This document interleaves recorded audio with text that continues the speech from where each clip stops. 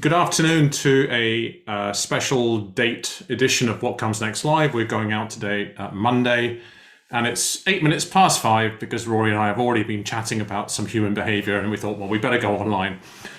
My guest today is Rory Sutherland, author of Alchemy, with a subtext from his editors of The Surprising Power of Ideas That Don't Make Sense. I have written about, on my over 1,500 daily blogs, I have referenced inspiration from Rory on multiple occasions, including the wonderful line, "The problem with logic is that it kills off magic." And my provocation, if you will, is that a lot of the ideas that he comes up with, and I would put it that many others come up with, having got into the mode of thinking, of alchemical thinking, is that a lot of ideas do make sense. And one of the biggest compliments I get paid occasionally is when you come up with an idea with somebody, normally collaboratively, and they say that seems so obvious now, and the now is the operator. Yes. So sometimes it's using magical thinking rather than logical thinking can bring forward ideas that do make sense. So very pleased to have you on. And broadly, these half-hour chats, roughly half hour, are all for the guests to talk about whatever comes up for them, what comes next, and might be stuff that you were inspired by your latest nudge stock, which I was most excited to jump in on Friday. And everybody will have their favorites, but I loved hearing Matthew Syed talk to Ian McGilchrist. So I was totally nerding out on behavioural stuff. It was a fantastic conversation there, actually. It'll be posted on YouTube on the Nudge Stock channel separately. I think the whole stream is available now or will be shortly, but in probably a week or so's time, we'll post the separate talks individually. That was a particularly memorable talk. I really enjoyed it. And yeah, absolutely. So again, this is an open space for you to chat about anything that pops into your mind. I know you write a weekly article. I loved the one last week about just rethinking working environments, and I talk a lot to CEOs and leaders around the world over the last couple of years about sometimes going to first principles. Like if you started from scratch, what would your working environment be with the technology and transport links we have now, etc. One other reframing I tried on working remotely or working flexibly. Was I tried to ask from our finance people a question which I thought should be central to business consideration, but clearly isn't, which is, how much do we have to earn as a business for a relatively junior member of staff to go out and buy a curry? Okay, so if you take income in, some of the money patently has to go to the shareholders, okay? Some of the money is, overheads, operating costs, etc. And some of it is tax. Then we forget there are other forms of tax, for example, repaying student loans, and the cost of living in an extremely expensive city, where quite a lot of people in London, 50% of their after-tax income disappears into the maw of accommodation and transport costs. Yes. Okay. So I said, by the time the employee gets to do with £1, or in this case, I suppose for a curry, 15 or 20 pounds, what they really want to do with it. How much of it has been stripped away in between the client paying us, as in Ogilvy, and the money actually reaching the hands of the individual consumer in this case? Yeah. Now, right-wing people get incredibly exercised about tax rates, but within a few percentage points, there's a limit at the moment to how much we can actually enrich those employees by reducing the rate of taxation. But there are other forms of taxation. I mean, there's the cost of running office space, which arguably the employee wouldn't willingly pay for if you asked them to. Okay. Yes. There are probably excessive administrative costs. There's the cost of commuting, which is not only a financial cost, it's an extraordinary cost in terms of time. Yeah. And there's also the interesting question of whether people necessarily want more leisure time, or whether what they value is a degree of autonomy, not over how much they work, but over when and where. Yeah. Okay. Now, it strikes me that if you revisit this question of, in other words, how effectively does a company translate revenue into salary, into discretionary salary, you could enrich your employees both financially and in other ways at zero cost. Yes. Now, there are going to be other costs, okay? Let's be clear about this, okay? There are going to be, there is a necessity, I think, for colleagues to co-locate for purposes of training, team morale, information exchange, serendipity, all those things. I'm not sure that has to happen 5 days a week and between the hours of 9 and 5 for it to be truly valuable.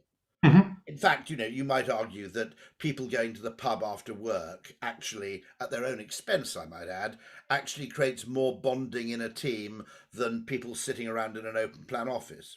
Definitely. But there's also that question of how you frame a problem. And what was interesting is that the finance function had no idea. No. And had never considered what you might call the labour value movement as distinct from the shareholder value movement. That's fascinating. You've spurred my thinking, so let me jump in a bit. Your piece in the Spectator last week was talking about the transparency of people knowing whether their colleagues come into the office or not, because they'll physically see them. So it gives a competitive edge to the employee making a comparison. And with the sort of language used around war on talent, not almost, every single CEO, business leader I know is very much focused on what can they do to make their place of work attractive for people around the world. So what you're looking at there, to me, is joining together two things. The company will be very good at working out how much it spends on office space, how much it spends on this, the classic model of we'll charge 4 times the employee's remuneration cost, and that's where our profits come from, etc. But you're absolutely right, particularly in a crazy city like London.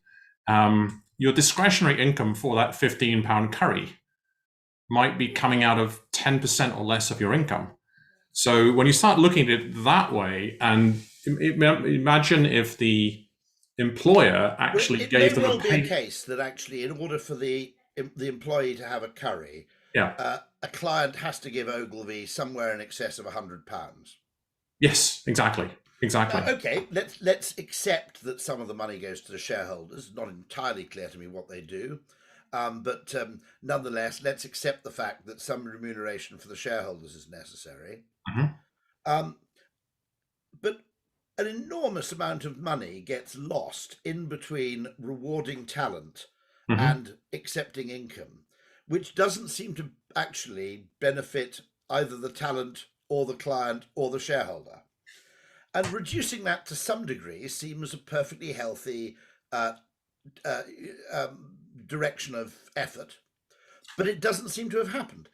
Now, obviously we'll need to preserve generally the efficacy, but there are also, of course, huge potential upsides here, which is one of the most invisible things in the world. If you consider how much time is devoted to gender discrimination and racial discrimination, geographical discrimination is never factored in because it's just seen as inevitable, but I don't think it is.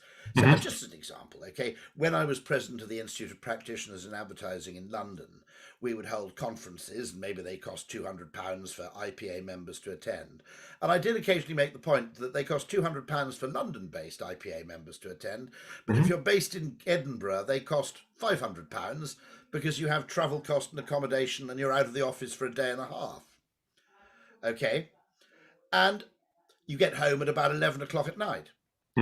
And what's so strange is that we've never noticed this, that there's extraordinary geographical discrimination. So this was brought home to me with a fantastic potential employee came to me just to speak about career advice. And she was very clever, but she got a third in medicine. Right. And she said, I realized too late that you can run the Afro-Caribbean Society at university if you're doing English, but you can't run societies and have a big social life if you're doing medicine. And she said, unfortunately, this dawned on me a bit too late. I was hanging out with people doing English and history and thinking I could enjoy the same leisure options when really I had to be up at 8 o'clock in the morning to start dissecting a corpse.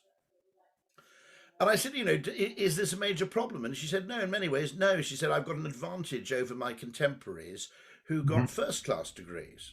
I said, how so? And she said, oh, my mum lives in London. And she said, there's an enormous difference between being able to live with my mum in London at minimal expense and look around for jobs wherever they appear versus someone in, Sheffield, let's say, which I think is the poorest city in England, apparently, according to Paul Collier, who is from Sheffield. And it strikes me that, of course, in theory, in economic theory, you simply move to where the jobs are.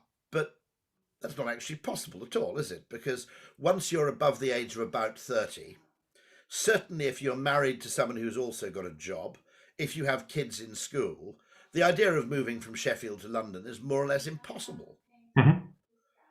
And this whole idea, of labour market mobility is really, it's a theoretical idea, which is in practice constrained to a pretty narrow demographic.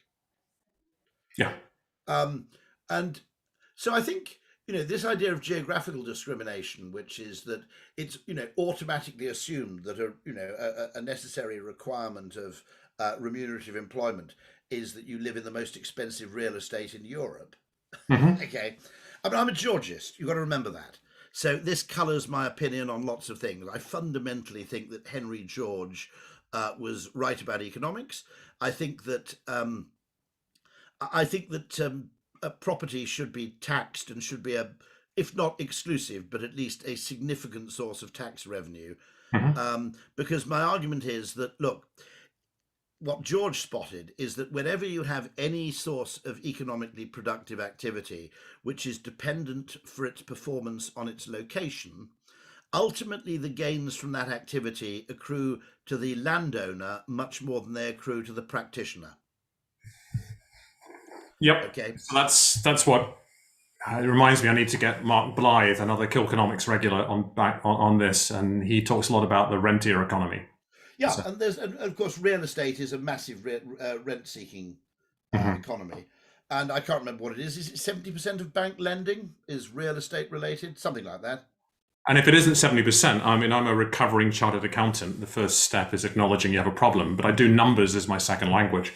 And by the way, the number that you're talking about broadly for a professional services firm that sells time it's 99% of every pound or dollar that goes into Ogilvy goes on other things before they have that 1% to spend on the curry. Right? So there is a lot of room on that. It is amazing. But the fascinating thing about that system is around lending is that even if you're borrowing for something else, the mindset of the bankers is still around, I need a piece of hard, tangible asset. So it still creates that kind of discrimination. The interesting thing, you see, the very interesting thing there to me is that in a weird way, I'm not actually supporting labour against capital in this battle because I'm a Marxist. I'm supporting labour against capital because I'm a consumerist. Yes. And the central axiom of economics is that the purpose of activity is consumption. Yeah. And yet there's some very strange things. Let me give you a very interesting example of how, if you make interesting alien-style comparisons, in other words, the kind of comparison that nobody imbued in conventional modes of thinking ever makes, but that which a kind of strange alien might make. I think you should tax property because property is rivalrous, okay? And you should subsidize the purchase of new cars. Okay. And let me explain, okay? When you buy a new car, you engage in a spectacular act of redistribution of wealth and democratization of transport. Because after that new car is 3 years old, you sell it at less than half what you paid for it. Yep. In a state which is barely inferior to the state at which you bought it new, okay? And you sell it to someone poorer than you. Okay? Yep. Now, what's fascinating about the car, and this is what drives me crazy, Marx would have loved cars, okay, right? Okay, Marx would have loved McDonald's, okay, he would, but he would have seen the car as spectacular because if you've got £1,000 a month and £1,000 up front, you can enjoy 98% of the mobility, comfort, protection from the elements, ability to travel on the roads of someone who is 1,000 times richer than you. Okay. Yeah, okay, it's more comfortable in a Rolls Royce. I get it. You know, your £1,000 car is going to have slightly naff interior fabric on the seats. But nonetheless, in practical utilitarian terms, it's 95% as good. Certainly the gap between no car and crap car is enormous compared to the gap between crap car and very good car in terms of what you can do. Okay. Now imagine how brilliant the world would be if property worked like that, which is, I got this house for $1.5 million, you know, but the TV's, you know, to be honest, is a bit out of date. And I've seen a place with this new kitchen where you have boiling water on tap. So why don't you buy my house for £500,000 and I'll move into another one, okay? Fantastic, okay? But also, of course, there's the vital thing, which I don't think is understood, which is that the car is, of course, I'm interested in the extent to which, and this is a completely mad theory of mine, the extent to which we actually become rich and the quality of life is improved in proportion to the invention of George's tech. Okay. And I see the internet, obviously, and video conferencing as essentially, I mean, the Chattel House is, have you come across this thing? Yes. Yeah, so the Chattel House was an early example of George's tech, which was the former slave owners demanded rent of their newly freed workers, and the rent was not coincidentally more or less adjacent to what they were being paid. Okay, right? And so they invented the Chattel House, which you could pick up and move somewhere else. Okay, and you know, I see emphatically that the you know, the internet and Zoom is George's tech. You know, you might argue that the motorhome is George's tech to an extent. Okay, but I'd also say that the car is the most remarkable piece. I mean, the railways, you know, are also sort of you know, they free you from the depredations of rent-seeking landlords. But the car does that magnificently because public transit, which is considered to be socialist, okay, tends to operate on a hub and spoke model, which means that if you want to open a restaurant and make any money, you've got to open it near to a hub. And who owns the land near to the hub? Well, it's probably the Duke of Westminster, right? Yep. Okay. Whereas the great thing with a car is if you're a talented chef, okay, you can go and buy a pub in the middle of nowhere, turn it into a gastropub, and people will drive to you and eat there. You know, you can escape from this kind of rent seeking whereby the most valuable land happens to be located in places which are what you might call high hub areas. And you can actually create custom wherever it suits, which strikes me as an extraordinarily valuable thing. And yet, weirdly, we have this strange mantra within transport trying to get people back to mass transit. Now, by all means, pick holes in this. Well, I mean, the joy of listening to your mind go on to whatever tangent or direction you feel like is that it's provocative, and it is great to provoke thinking. One of my blogs I wrote years ago was pay someone to put their feet up, and I would imagine that the board of directors at Ogilvy doesn't think you sit in a corner office putting your feet up. But there's a level to which that's your job, right? And you know, there is, you know, apocryphal story of. It's interesting in that, for all its faults, the advertising industry is one of the very few areas where you're paid to think perversely. Yes. Yes. Okay. Journalism would like to think you're paid to think perversely, and maybe once you were rewarded for thinking perversely, but broadly speaking, it's become quite conformist. But a necessary function, I think, of solving advertising problems is that you reframe them in some respect. And so you get your reframing muscles get quite well honed by doing that job. It's like that wonderful thing when Clarkson went to produce a car commercial. And he goes and interviews the creative guys. And he said, so what you want me to say is that a Citroen is now better because you can put diesel in it. And they said, no, that's probably the wrong way of looking at it. The way to look at it is that diesel is now better because you can put it in a Citroen. Yeah, exactly. And you can see him, along with most of the viewers, I think, being irritated by what they thought of as a piece of complete perversity. But that's actually the necessary function in a lot of problem solving. And I find it, you know, it's very, very interesting to me. First of all, you rewrite the question as the first task, okay? And secondly, you look at things from an angle which is, highly tangential to the main angle in which the problem is traditionally framed. Mm-hmm.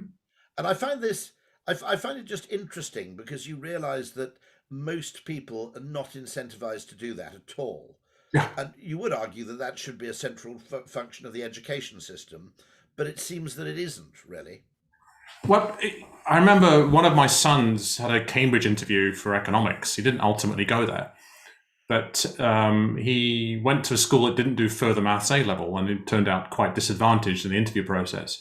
But he was kind of cool. He went to the interview and he came out afterwards. How was that? He said, it was brilliant. Since there were 3 dons there, 2 of them had Nobel laureates, right? It's like, and then they gave me this problem to solve. He's 17 or 18, right? And he said, I have no idea how to solve that. This is, we don't expect you to. We're not here to see if you can work out the answer. We're here to see how you think. So ask us questions that can help us help you move forwards. And he walking across one of the green spaces in Cambridge in the middle of winter with me. I've never seen him so energized, because all they were really interested in was, how do you think? What do you think creatively? Do you think outside the box? And yes, a bachelor's degree in economics there's a lot of stuff you got to cram in, almost a bit less than a medicine degree, but then ultimately it does become about thinking tangentially. So yes, I'm in total agreement. How can I get you on a bike?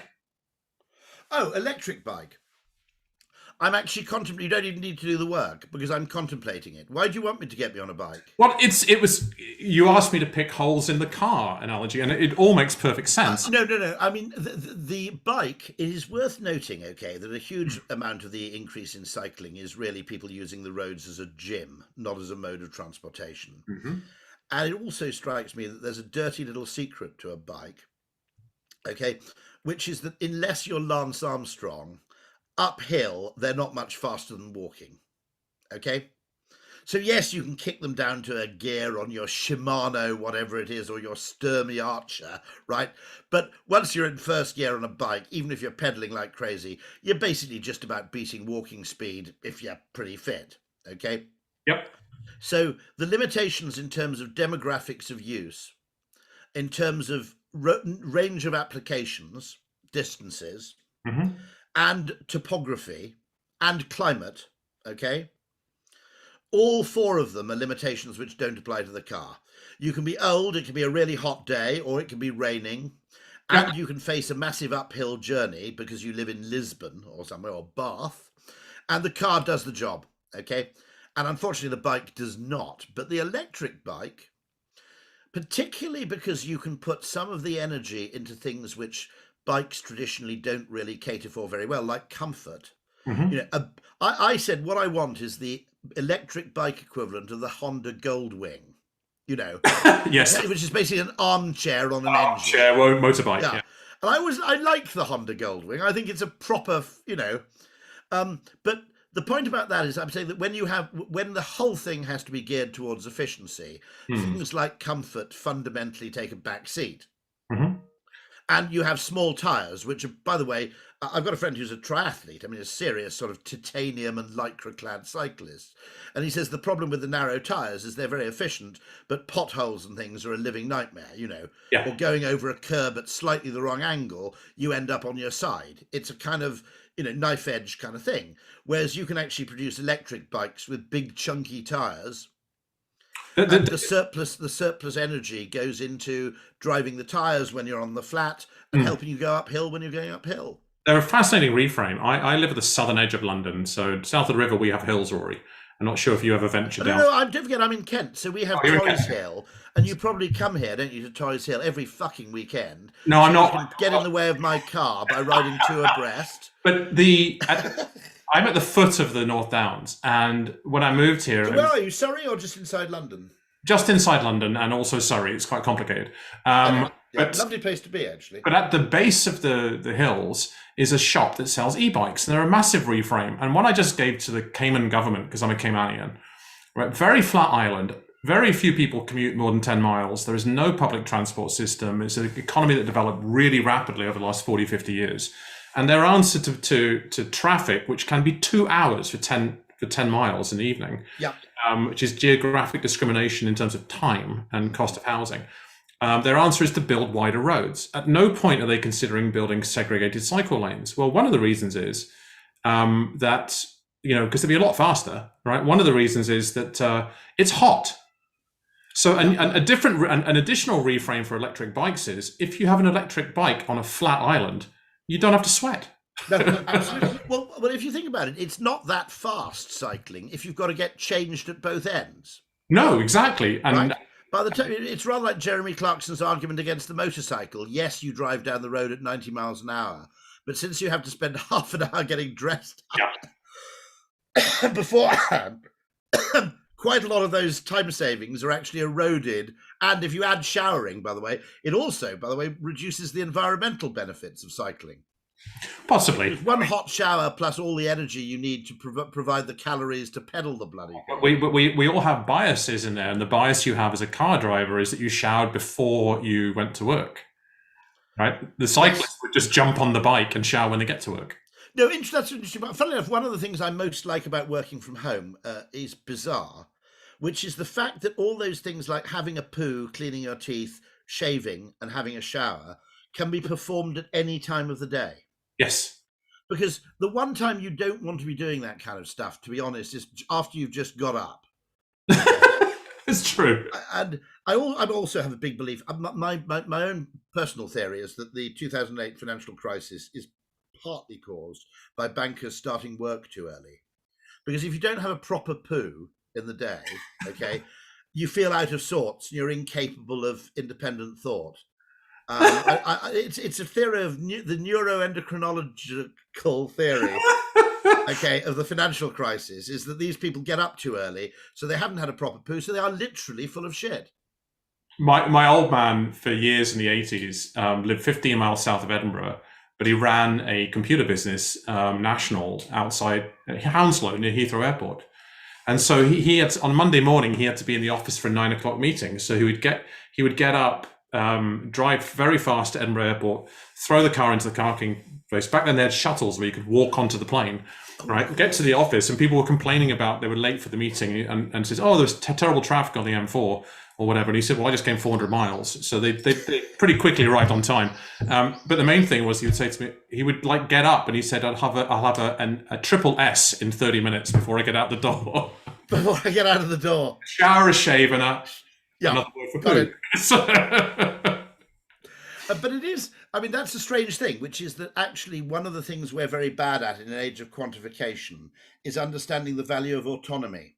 Yeah. That being able to work at times that suit you. So one of the things, being 56, I can't really work. I've got one thing after this, which will end at 7. Mm-hmm. Then I'll stop for 3 or 4 hours. I might then work at 11 o'clock at night. I can do that. Mm-hmm. Okay. I can't work for 11 hours, 12 hours in a row. No. I could when I was 26. I can't when I'm 56. Yeah. And that also brings into mind, other interesting things, like, for example, retirement, which is, do people retire because they want to stop work, or do they retire because they want to stop commuting? Mm-hmm. And the truth of the matter is, my guess is, without stereotyping accountants, because I know you're a recovering accountant, but you've got some guy, he's 61, right? Yeah. He's got a place in Portugal close to a golf course somewhere, right? He wants to spend 3 months of the year there, mm-hmm. Okay? And he doesn't want to get up at 7 o'clock or 6 o'clock every morning to catch a crowded train. Well, actually, none of those requirements for his life are actually incompatible with performing accountancy work. No, not at all. They're simply incompatible with the employer's idea of what is necessary to perform accountancy work. Yeah, anything like that. And yes, for clarity, that's a line I use for credibility with professional service firms when I go in, because they need to know I'm one of them. I am a chartered accountant by training. But yeah, I kind of semi-retired years ago because I work from anywhere, and I work largely on video calls, and I have no intention of ever retiring. I've already rewired.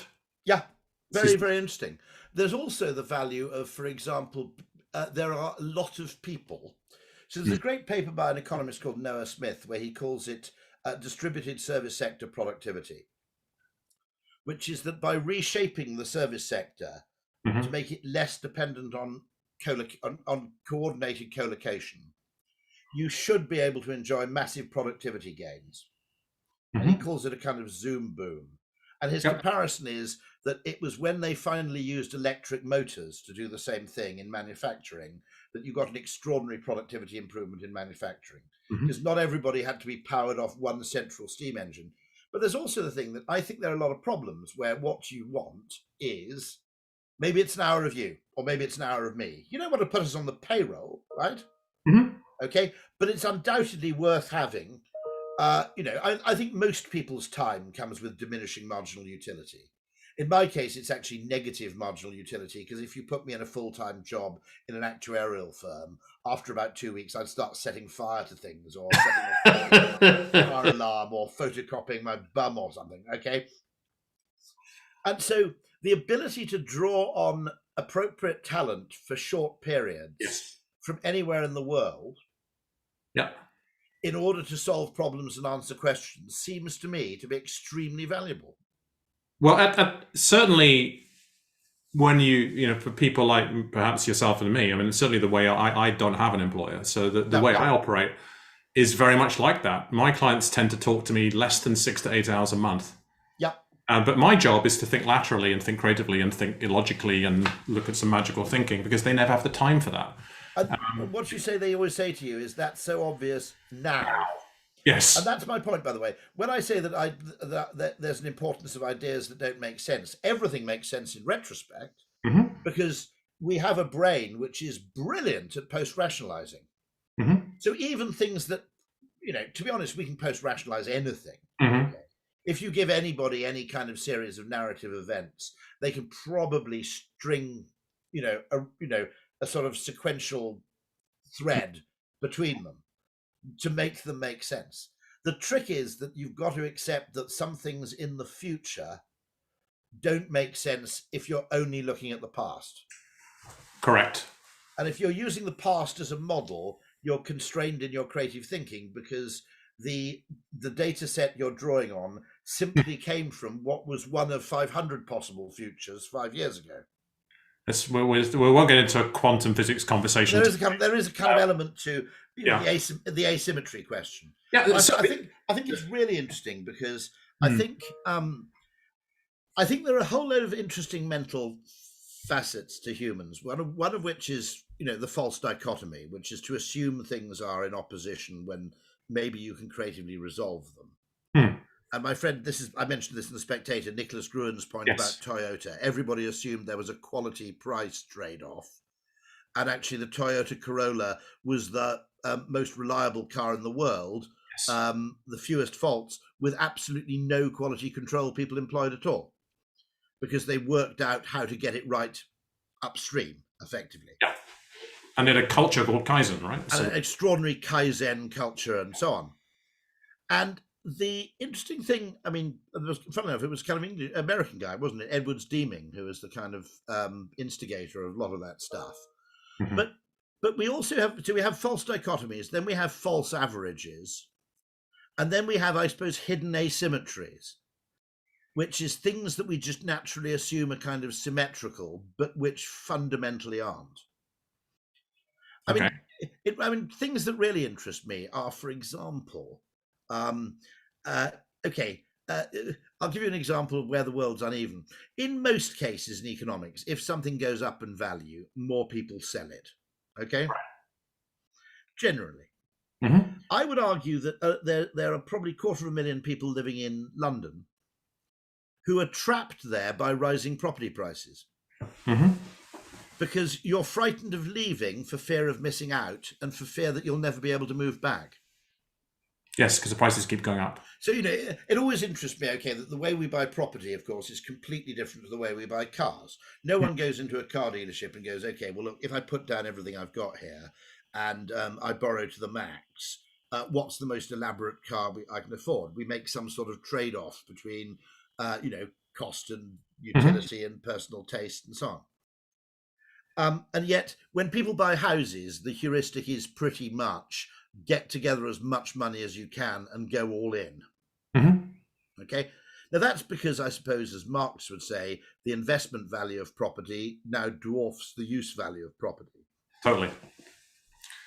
And so the only way to buy property, actually, is I think, is to find something that other people hate that you don't mind. Well, I've most of my life has been lived in different countries and working internationally, and those asymmetries are what you work with. And I'll give you a typical property one. When my oldest kid was about a few years old, I thought, well, I kind of don't want him to go to boarding school, so let's get a place in Scotland, where I'm originally from, and he can go to high school there. So I just bought a place and thought, it took a while to find one in the right area, but bought a place and rented it out. And 3 years on, I thought, well, let me just go and get a new insurance valuation so I can insure it for the right amount. And it had gone up a lot. It'd been a property boom in the early 2000s. And I thought to myself, one of the reasons I was going to leave Cayman and go back to Scotland was this education. But the other one was, it's damn hot in Cayman in the summer, and I can't afford to live on the water where it's cooler, right? And I just went, well, it's all good and well that it's gone up a couple £100,000 or something, this house. But it doesn't mean anything if I move to the UK, because every house of a comparable value has gone up the same amount. But if I sell it, I can afford to buy an oceanfront piece of land in the Cayman Islands. I see. So I took an asymmetry and just went, well, that makes all the difference. So I turned around to the family and went, how about we stay in Cayman, but we build on the water? And I said, well, how are we going to afford to do that? I said, well, if we sell the house to Scotland, it's gone up in value. So you just look, it's the asymmetries. It's seeing things, it's just seeing things differently. And that's what entrepreneurs do. I mean, there's no real translation for entrepreneur, right? But it's somebody who takes openings, and it's seeing the gap. And I think that's a big piece of what you do. I think to me, the joy of it, Rory, is you stimulate others to think the same way. You stimulate others to think creatively. When the book came out, I got extraordinary levels of interest from the investor community, I think, for precisely this reason. Yes. And it's that whole thing of, well, maybe we don't want a wide slot toaster. What we need is narrower bread. There are usually two ways of looking at the problem. Well, there's at least two, right? Yeah, exactly. Yeah. But I mean, it is very interesting, because I don't think it's encouraged to the extent it should be. I don't think it's taught to the extent it should be. Yeah. Well, I have three sons, all of whom have done economics at university, and the poor buggers, when they finish their bachelors, then I start talking to them, and I don't look to deliberately dismantle, but then I'm always asking them reframing questions about how the world actually works. Well, of course, the other thing is that when the world works as economists think it should, they don't look for other explanations. They simply go, in accordance with economic theory, the price has gone down, demand has gone up. And I always make this point that there's a very lazy why there, because the example I always give is a sale, okay, at a department store, the Harrods sale, okay? And to be honest, if you dropped all the prices at Harrods by 35%, I don't think you'd notice a massive increase in sales for the 3 weeks you did it. On the other hand, if you add, for example, scarcity value, which is the sale only lasts 2 weeks, you add social proof with large crowds of people queuing outside, you have crowds of people inside fighting over bargains and grabbing things furiously, you will create the behavior. And obviously the economic component isn't irrelevant to that. No one's held a 0% off sale, okay? Although there is such a thing as a 0% sale, which is simply say last one. 3 seats left at this price. So here's how I could double Harrods' profits in their January sale. Go on, hit me. This is what happened in the sale of sneakers in America in the last number of years. They do drops of limited edition product. And you have to enter a lottery to get it. And if you can flip the sneakers, and Jordan started this, Michael Jordan, with his sneakers in the 80s. But that's how, the people with the brands have done this.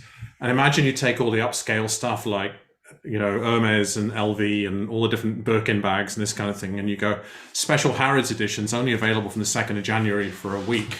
And they're 5 times the price. Yeah. No, so that's a backward sale. I mean, the fascinating thing is that, of course, generally that, the part of the problem with economics isn't just that it's wrong. It's that when it's right, it assumes that it is only the economic reason that is actually operating. Well, you have challenged me with the idea of my line about that seems so obvious now, to just really humbly look and see, am I post-rationalizing, or are my clients post-rationalizing some of the ideas? And the honest answer is it's going to be both. Sometimes it will be, economists do that. And sometimes we genuinely come up with something because they'll spend their 50 hours a week maximizing their time and productivity and hours spent. And they really won't spend, a CEO once asked me last year, I said, who should I be talking to expand my horizons? I said, anybody who doesn't work in your industry. Yes. So, I mean, that's interesting because Matthew Syed in his book Rebel Ideas is very good on that. And I think it's Matthew Syed, of course, is part of this team that advises the England football team. And it received a lot of abuse because many of the people there aren't footballers. I mean, Syed himself, as well as being a behavioural scientist and is also, I think, British champion table tennis player. Yeah. Okay. And you have people there from cycling and you have people there from everywhere else. And it got a lot of abuse. But the point is that most of the things that other football experts know, Gareth Southgate already knows. Okay? Yes. Yeah. But the second thing is, I think, which is really interesting, it's not only the imparting of additional incremental knowledge. I think it's the huge risk of the blind spot. Whenever you get a very homogeneous group of people, okay, you have this spectacular blind spot. There's a lovely example of this, which is that the Blair government had this idea of on-the-spot fines, where the police would simply march you to a cash machine and make you withdraw £50. And it played very well with large parts of the electorate until someone pointed out, and it would have been a cop, I imagine, look, these guys, first of all, they won't carry a cash card if this starts happening. Secondly, they haven't got £50. Exactly. And it was one of those fantastic theories which makes wonderful economic sense, but it actually gets mugged by reality fairly quickly. And those blind spots, when you get, it's not just, it could be ethnic or cultural homogeneity, it could be cognitive homogeneity. But when you get an extraordinary group of people who all share very similar backgrounds, massive gaps. You get enormous gaps. Yeah, I have had, one of the needles I try to move is on diversity, and realizing that people are interested in their shareholder value and shareholder benefits. The one I've had the most success with is talking about risk. I said, do you have a chief risk officer on your board of directors? Do you have a risk and committee? And they said, absolutely. Ever since the GFC, everybody's had that kind of thing. I said, so I guarantee you are not paying sufficient attention to the greatest risk in your company. And they look at numerically measurable risks, and I go, it's the groupthink. Yeah. So the single biggest benefit to your company of ensuring a widely diverse group of people at all levels in your company is risk reduction. And it really gets them thinking. It really gets them thinking at board level. So HR people are frustrated that they can't get needles moved and budgets done on this, because we all know that the needle really hasn't moved much on things like gender and other diversity in major companies. But this has really got a number of people I've spoken to thinking about that. So what's one thing, just we should finish because we've run way over, and I appreciate your time, but I know you've got one more thing to do tonight. What's one idea that pops into your head that can get people thinking about, a reframe that can get people moving the needle on stuff? The two ways I know to practice, and it will vary, a lot of people say going for walks. The two things I know to practice is cryptic crosswords and detective fiction, or even detective true life crime. Because what you're trying to do is, with a cryptic crossword, is there's the surface reading of a clue, and your job is to actually disentangle the clue so it delivers its real meaning, which helps you solve it.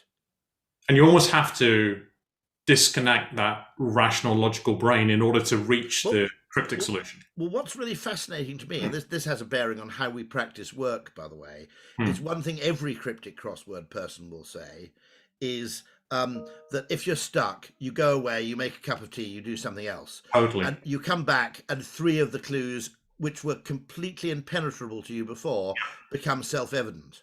Yeah. And it's very interesting that, I don't know if you watched the series, it was written by my brother-in-law, but I'm recommending it because it's brilliant, not because it's written by my brother-in-law, Manhunt, which is about Colin Sutton, who is the detective on both the Levi Belfield case.